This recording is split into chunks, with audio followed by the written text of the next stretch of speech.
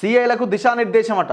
ప్రజల విశ్వాసాన్ని సంపాదించాలి, పక్షపాతంతో ఏ పని చేయొద్దు, సీఐలతో డీజీపీ జితేందర్ అట. ఎవరంతా? ఇప్పుడు వీళ్ళే కదా హెచ్హెచ్ఓలంతా, స్టేషన్ ఆఫీసర్లంతా. ఆ పోలీస్ స్టేషన్ నిర్వహణ అంతా వీళ్ళ పరిధిలోనే ఉంటుంది కదా, సీఐల పరిధిలో. మొన్న చైతన్యపురి పోలీస్ స్టేషన్ నేను లైవ్లో ఫోన్ చేసిన. ఏమన్నాడు? ఒక అమ్మాయి చనిపోయిన కేసులో ఎవరి వల్ల అయితే చనిపోయిందో వాడిని అరెస్ట్ చేయడంతో పాటు వాడితో పాటు ఇంకొక 2-3 ఉన్నారట. అమ్మాయి మీద ప్రెజర్ పెట్టి చంపిన వాళ్ళు. సూర్యాపేట జిల్లాకు చెందిన ఒక అమ్మాయి చైతన్యపురి పోలీస్ స్టేషన్ పరిధిలో ఆత్మహత్య చేసుకొని చనిపోయింది. చనిపోతే ఆ చనిపోయిన తండ్రిని తీసుకొచ్చి ఆ సిఐ లోపల కూర్చోబెడితే వాళ్ళ పేరెంట్స్ ఆ రోజు మార్నింగ్ మాట్లాడితే నేను లైవ్లో కాల్ చేసి అడిగితే లేదు పంపిస్తున్నా అన్నాడు. మరి ఎఫ్ఐఆర్ చేయలేదంటే ఎందుకు మిగతా వాళ్ళ మీద అంటే లేదు ఇప్పుడే చేస్తున్నా అన్నాడు. నిన్న పోయి అడిగితే మీరు ఏమైనా ఆధారం ఉంటే తీసుకురండి నేను పెడతా అంటున్నట. ఎవరు? ఆ చైతన్యపురి సిఐ. మొన్న ఒక సైనికుడు వచ్చిండు మన దగ్గర. భూమి కబ్జా చేస్తున్నారు, లోకల్గా ఉన్న కొంతమంది నా భూమి మీద పడ్డారు, నన్ను సాగు చేసుకొని ఇవ్వట్లేదు, నీళ్లు బంద్ చేస్తే ఒక 100 గొర్రెలు చచ్చిపోయినాయని. ఆ రోజు నేను ఆయన MLA Madhusudan Reddy GMR Devarakadra MLA ఆయనకు ఫోన్ చేస్తే ఆయనే సిఐని కాన్ఫరెన్స్లోకి తీసుకున్నాడు. రండి నేను చూస్తానడు. వాళ్ళు ఫోన్ చేస్తే సిఐ ఫోన్ ఎత్తలేడట. ఇట్లా తయారయ్యారుగా. ఈ డీజీపీ జితేంద్ర వాళ్ళ క్లాసులు తీసుకుంటున్నారట. అందరూ అట్లా ఏం లేరు, కొంతమంది ఉన్నారు అట్లా. విషయం ఏంటంటే ఆ సిఐలు కూడా మరి పనిచేయడానికి ఆ అవకాశం ఉండి ఆలోచన ఉన్నా చేయనిస్తలేరు కదా లీడర్లు. ఇప్పుడు ఆ పర్టికులర్ ఆ కేసులో అదే ఉంది. ఏది మన ఆ సైనికుడి భూమికి సంబంధించిన కేసులో నాగర్ కర్నూలు జిల్లాలో కౌకుంట్ల మండలం అప్పంపల్లి విలేజ్లో ఆ పోలీసులు కూడా ఏం చేయలేకపోతున్నారు. మేమేం చేయాలి సార్? ఆడ ఎమ్మెల్యే చెప్తున్నాడు, వాళ్ళు చెప్తున్నారు, మా మీద ప్రెజర్ ఉన్నదని. ఫస్ట్ ఈ పొలిటికల్ లీడర్ల ఇన్ఫ్లుయెన్స్ ప్రెజర్ మారనంత కాలం ఇది ఇట్లనే ఉంటుంది. ఈ వ్యవస్థ మారదు ఇది. ఎందుకంటే వాళ్ళ రాజకీయ అవసరాల కోసం వాడుకుంటున్నారు ఈ పోలీస్ వ్యవస్థని. ఇప్పుడు మీరు చూడండి, ఈ మధ్యకాలంలో రిక్రూట్ అయిన పోలీసులు, ట్రాన్స్ఫర్ అయిన పోలీసులను చూడండి. ప్రతి ఎస్ఐ ఆ పోలీస్ స్టేషన్కి పోయి ఆడ ఛార్జ్ తీసుకొని ఎమ్మెల్యేని కలవాలన్నట. ఇదేందో, ఎమ్మెల్యేని ఎందుకు కలవాలా?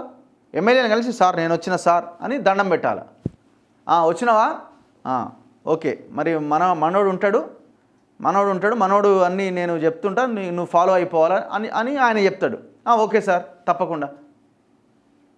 అంటే ఆయన ప్రజల కోసం పనిచేయాలా లేకపోతే ఎమ్మెల్యే కోసం పనిచేయాలనా? అసలు ఎమ్మెల్యే ఎవరి కోసం పనిచేయాలా? ఏడ భూములు ఉన్నాయి, ఎవడు పైసలు ఇస్తలేడు, వాని మీద ఎట్లా కేసు పెట్టాలా, ఎవడు నా మీద సోషల్ మీడియాలో పోస్టులు పెడుతున్నారు, వాళ్ళ మీద ఎట్లా కేసులు ఇది ప్రతి ఇప్పుడు మార్పు అంటే ఏంది? గతంలో ఇదే పరిస్థితి ఉండే. ఏ పోలీస్ హింస చేత కేసీఆర్ ఓడిపోయిండో అదే పోలీస్ హింసను రేవంత్ రెడ్డి ఫాలో అవుతున్నాడు. అప్పుడు 100% జరగవచ్చు, ఇప్పుడు ఒక 50% జరగవచ్చు. జరుగుతున్నది కదా ఎక్కడో ఒక దగ్గర. భూములు కోల్పోయిన రైతులు మా భూమి కోల్పోయిందని దాంట్లోకి వెళ్తే వాళ్ళని రాణిస్తలేరు కదా. మొన్న ఇక్కడ చూసినాం 1007 హైటెక్ సిటీ దగ్గర యశోద ఆసుపత్రి ఎదురుగా ఏమన్నాడు ఆ రోజు సిఐ? ఆ సిఐని అడ్డం పెట్టుకొని కొంతమంది లీడర్లు కలిసి పాపం ఆయన భూమిని లేపేద్దామని చూశారు. విలువైన భూమి 3000 కోట్ల భూమి అది. పోలీసులు డైరెక్ట్గా ఇన్వాల్వ్ అవుతున్నారు. ప్రతి పోలీస్ స్టేషన్కి వచ్చిన ఎస్ఐ పరిస్థితి వాళ్ళు ఎట్లున్నదంటే ఆ ఎస్ఐ అక్కడికి పోయిన తర్వాత ఎమ్మెల్యేని కలవాలి. నాట్ ఓన్లీ ఎస్ఐ, ఆయన మున్సిపల్ ఆఫీసర్ అయినా లేకపోతే రెవెన్యూ ఆఫీసర్ అయినా కొత్తగా ట్రాన్స్ఫర్ అయిన వ్యక్తి అధికారి ఖచ్చితంగా ఎమ్మెల్యేని కలవాలి.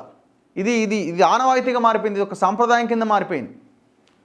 ఒకవేళ ట్రాన్స్ఫర్ అయిన తర్వాత కూడా ఆ ఎమ్మెల్యేకి నచ్చలేదే అనుకోండి, పలానా ఆయన కొంచెం అటు ఇటు ఉందని చెప్తే ఆయన డైరెక్ట్ డీజీపీకి ఫోన్ చేశాడు, ఈయనని మార్చండి సార్, ఈయనది మనకు సెట్ కాదనగానే ఆయన మళ్ళీ యాజ్ ఇట్ ఈజ్ ఆ ప్లేస్ కన్నా పోతాడు, ఇంకో ప్లేస్ కన్నా పోతాడు, అక్కడికి ఇంకో కొత్త ఆయన వస్తాడు. పోలీసులు కూడా ఇప్పుడు ఏమైపోయింది, నాకు ఆ పొజిషన్ కావాలా, ఫస్ట్ ఎమ్మెల్యేతో మాట్లాడుకుంటున్నారు. సార్ నేను నీ దగ్గరికి రావాలనుకుంటున్నాను సార్, నాకు మంచిగా మీరు చెప్పినట్టే చేస్తా సార్ అంటే ఆయన ఓకే మనోడేనా అని ఆయన ఎంక్వైరీ చేస్తాడు. మనోడే సార్, ఈ పక్క ఊరే బాగా మంచోళ్ళు మనోళ్ళే, ఆయన మన పార్టీలోనే ఉన్నాడు, వాళ్ళంతా మన పార్టీలోనే ఉన్నారు అనేసరికి ఆయన తీసుకొచ్చి ఆడ ఆయనకు అపాయింట్మెంట్ వస్తుంది.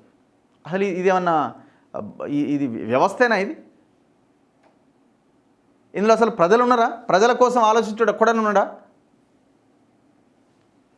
ఏం మీటింగ్లు పెడితే ఏం లాభం? డీజీపీ గారు ఏం ఉపయోగం లేదు, లీడర్లను మారిస్తే తప్ప ఈ వ్యవస్థ మారదు.